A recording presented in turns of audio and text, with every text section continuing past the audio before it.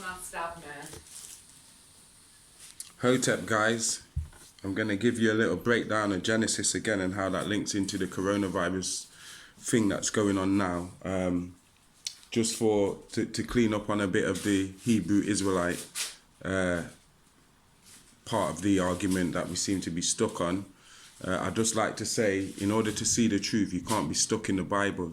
You have to look beyond the Bible and go back to your ancient civilizations, which means all of the ancient civilizations that was prospering before Abrahamic monotheism came and took over everything, all right? So I want to start with Genesis and say that when we speak about Genesis, we're speaking about the genes of Isis rather than what's implied by the Greek word, which means in the beginning. So in the beginning, it's talking about a reset. Something happened on the planet.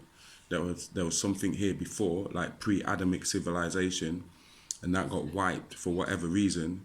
But when it got reset, Genesis means they was using the genes of Isis, which is the genes of a black woman, African black woman, which goes into the mitochondria DNA and the Eve gene, if you ever heard anything about that.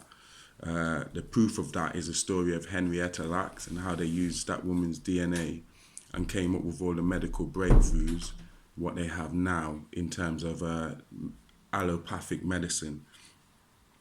So Genesis, the genes of Isis, you're dealing with the people in the Nile Valley region before the times of Abraham and Noah and stuff. And how we know that is because when we open up the book of Genesis, the first country mentioned is Africa, because in Genesis 2 verse 11 to 15 it talks about the four rivers, how one is the Pishon and it runs through the north, or Havilah, which is of the circle, and that's Kemet, and the second, the Gihon, the Blue Nile, runs through Ethiopia, or what we call Kush or Sudan, Abyssinia.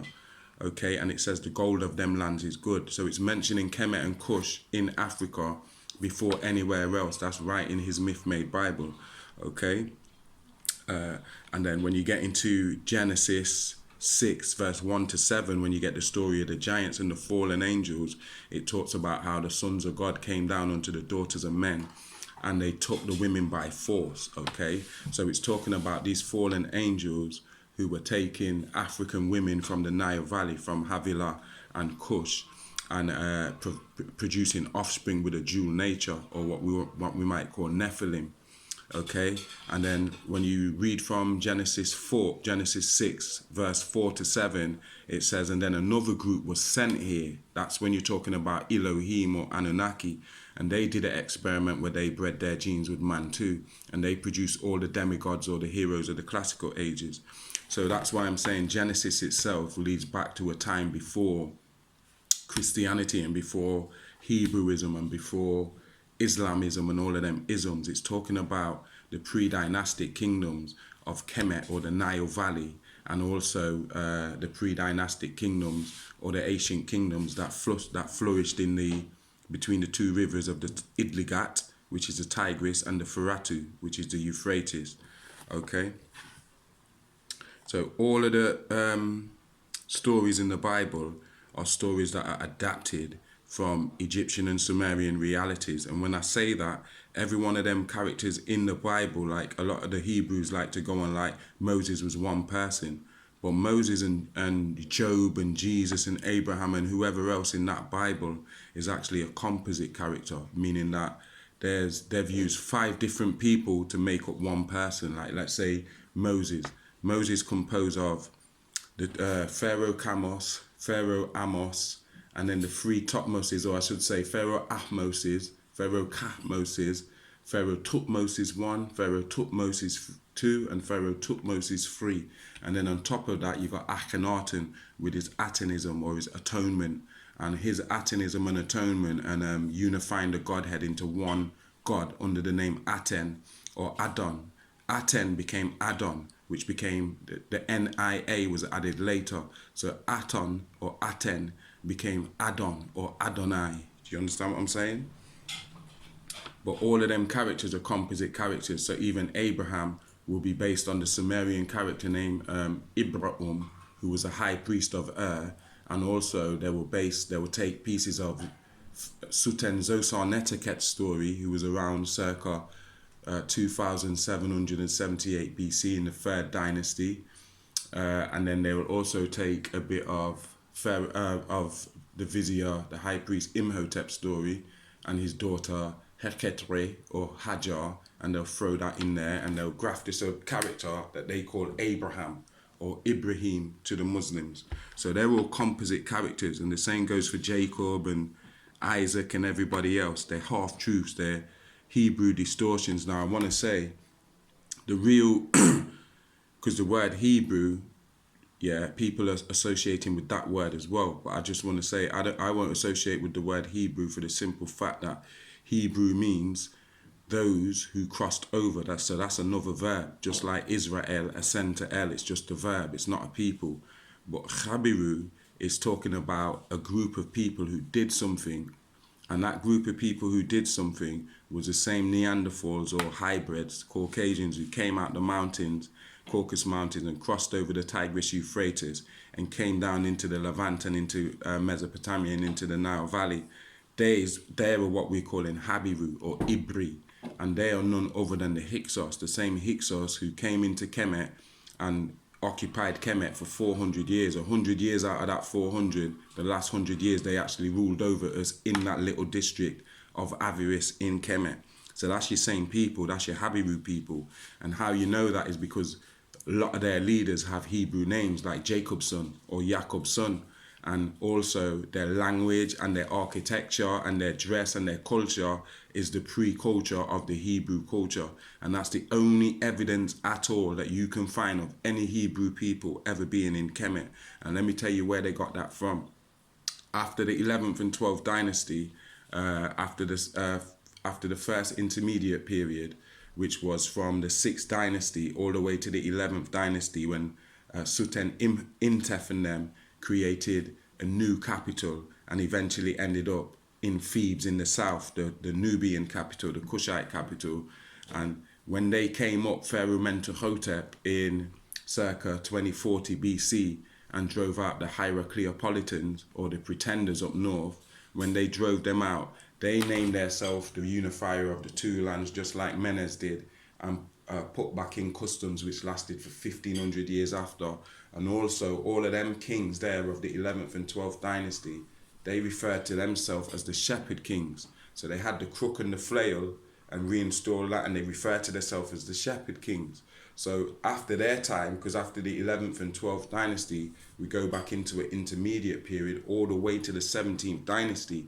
That was because of these Caucasians kept invading and flooding down and mashing things up for us. So in the time of Pharaoh Second Enreta, who was the father of Pharaoh Amos and Pharaoh Kamos, they led a war against these Hyksos to drive them out of Avaris or drive them out of the north, because they were disrespecting us and killing up a lot of our ancestors. They had come as far down as Memphis and took Memphis. So we had to initiate a war of attrition against them.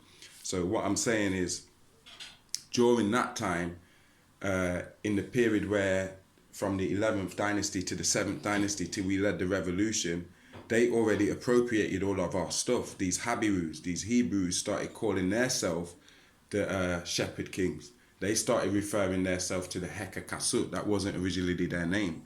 That was the title that was used by the kings of the middle dynasty of the Middle Kingdom Egypt, which is the 11th and 12th dynasty. So you're talking about your Suten Amenemhet 1, 2, and 3, and Suten Senruset or Sesostris to the Greeks 1, 2, and 3. They was the true Hebrews or shepherd kings that came up from the south to Sudan with the crook and the flail as leaders of the people. And they're the ones who re-implemented a lot of the stuff that got lost in the first intermediate period. After them was the second intermediate period. And during that second intermediate period, where them Neanderthal descendants came back into the Nile Valley, and they sort of took all our information and titled themselves with it, calling themselves Hyksos, shepherd kings and that. Before that, we referred to them as just the foreign rulers. Do you understand? But then they started calling themselves shepherd kings because they weren't shepherds of men. Like the pharaohs and the sultans, we're shepherds of men. They were shepherds of like real livestock, sheep and goat in the field. That's the only reason why we let them stay in the Nile Delta, because they never had no land for their livestock. In Egypt, livestock herding was looked down upon. It's like what we look as a rubbish man. We don't look up to that job. It's a low job in society. So in Egypt, that's how they looked at shepherd business with sheep and goat. They was like, yo, that's a low thing. Do you know what I mean?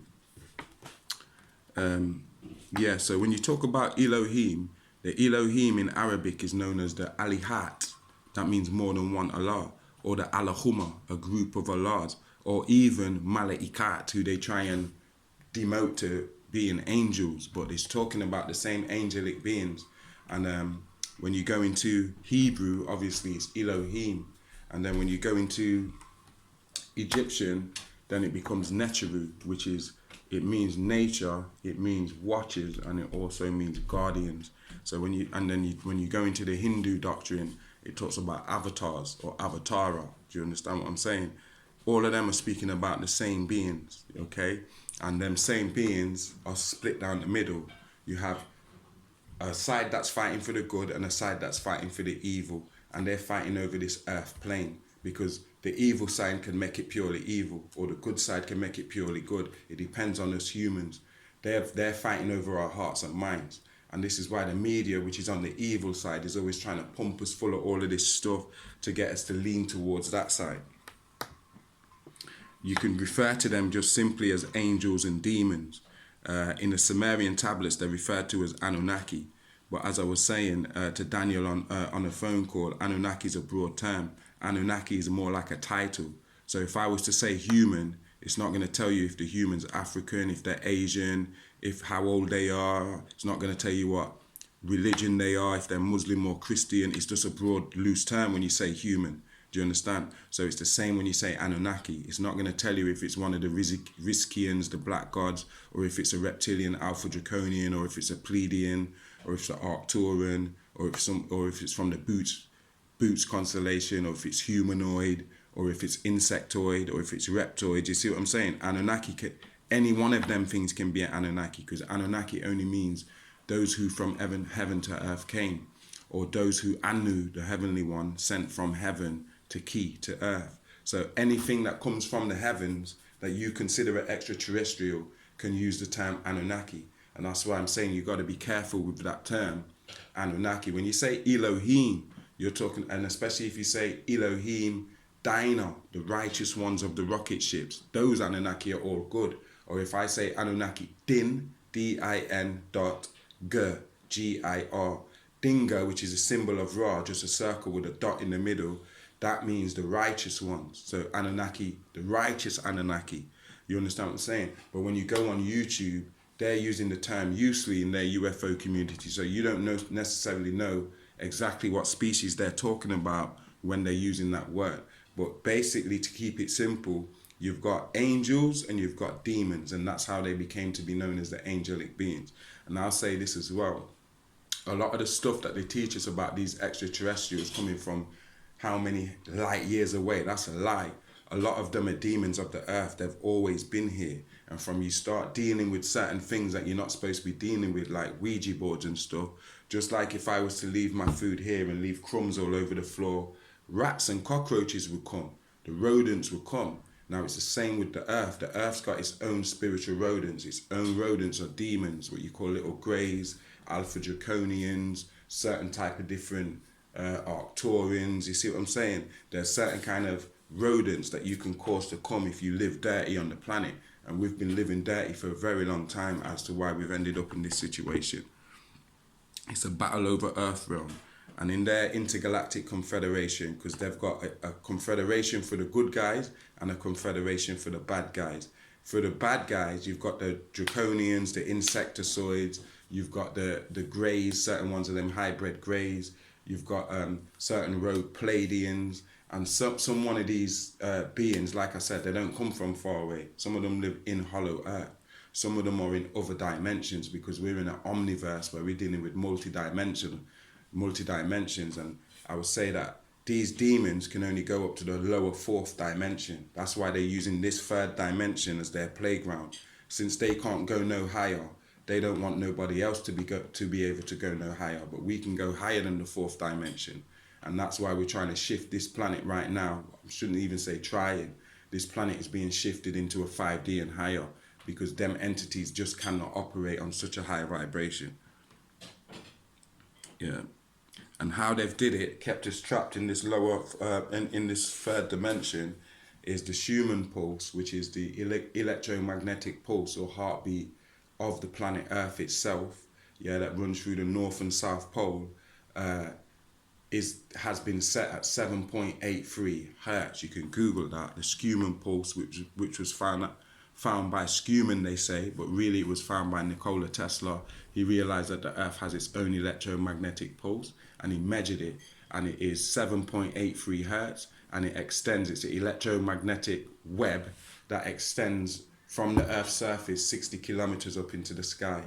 Within that Schumann pulse, all of our thoughts and communication is done. Even electric communication like this through the phone, we couldn't speak to each other, we couldn't even articulate our thoughts if we weren't surrounded by this electromagnetic web, which is consciousness, and it's called the Schumann pulse. And when you measure it, it's 7.83 hertz at the moment. That's how it's been set for the last 6,000 years. And it's the same as your heartbeat, and it's the same as your brain. We're all linked into the Schumann pulse. So when Tesla found out about it, he found out that if you manipulate the Schumann pulse, you can actually mind control the whole population.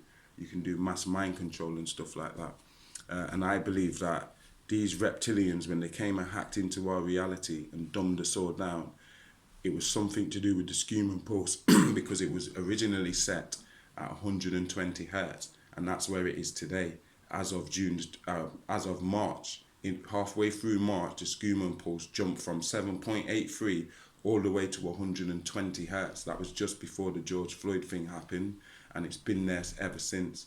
And Spirit has told me that's where it originally was, and that's why we was all awake. Because when it's all the way down at 7.83, that means that we're in sort of a comatose state. Like, they're the kind of brainwaves that you let off when you're sleeping, 7.83. Okay?